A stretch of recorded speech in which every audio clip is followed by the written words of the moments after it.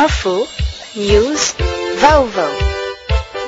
Info, news, vaovao. Info, news, vaovao. Kafaliana trany no arabanantsika rehetra mpanaraka tsy tapaka ny Le Cœur et la Voix de Madagascar, TV Mada.com sy Radio Mada.com.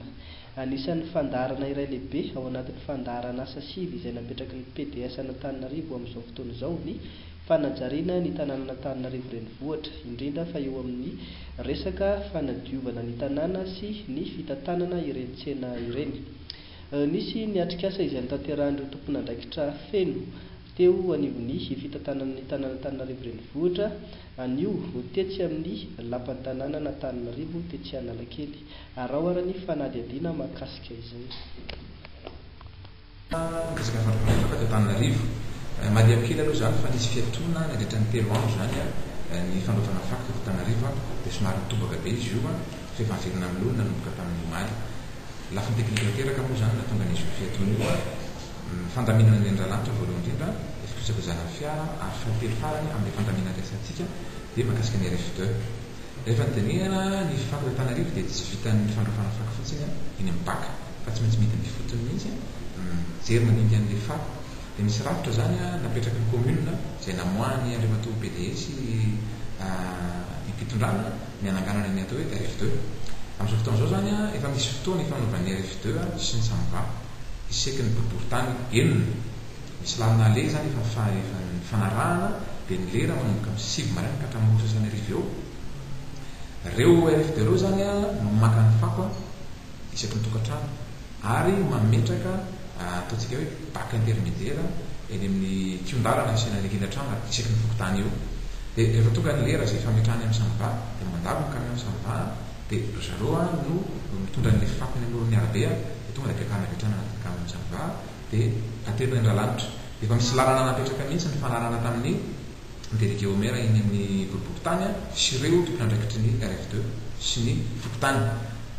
Rehefa totosa tsara somatsara izy ny ray volana sy tapany zany nataona hoe andrana dia amin'izao tsika miteny zao zany efa rakotra ny firaisana enina izay misy RF2 efa rakotra teraka ireo dia fanajanany code municipal d'hygiène zay zavatra izay satria ny olona rehetra isaky tokantrano tsy mahazo manary fako raha tsy amin'ny 10 ka hatramin'ny 9 rahala ihany.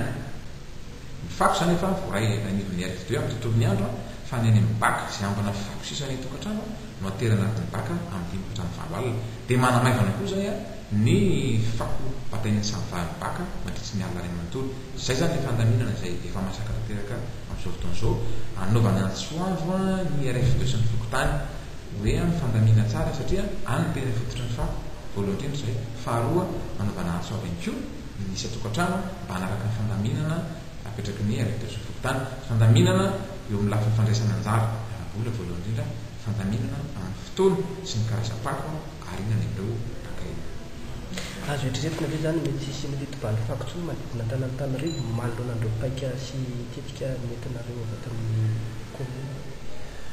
Ireo fako mitobaka hitantsika ireo aloha zany ataony andro vitsy ireo dia ho afaka tanteraka ny fako mitobaka. Fa vokatr'ireo fandaminana sy fiarah-miasa miaraka amin'ny fokotany sy ny RF2 ary ny boriboritany dia tsy ho tonga ohatry fotsiny ny fako ary lamina fa io dia miarina antsika tsirairay avy any tokantrano sy ny olona monina koa eto Antananarivo. Dansa général ny amin'ny teo amin'ny camion ny samvasy ny CEA izay misy eo amin'ny ny folo mahery eo izy ireo izay ny mahakasika ny fiara. Fa mahakasika n'ilay tena fanamboarana teo dia ny tany eny andralanitra izay mamotaka be izy io rehefa amin'ny andro fahavaratra. Fa amin'izao fotoana izao vokatry ny famatsiana arabola nataon'ny AFD dia napetrany tamin'ireo lasa polasy zany ny fanamafisana an'io tany io. Amin'izao fotoana izao zany voamiditra ny vavahady andralanitra fa parapotako any amin'ny bokla anariana ilay fako io dia efa ohatran'ny mafy be tany olo izy fa mafy mitovy amin'ny amafisana.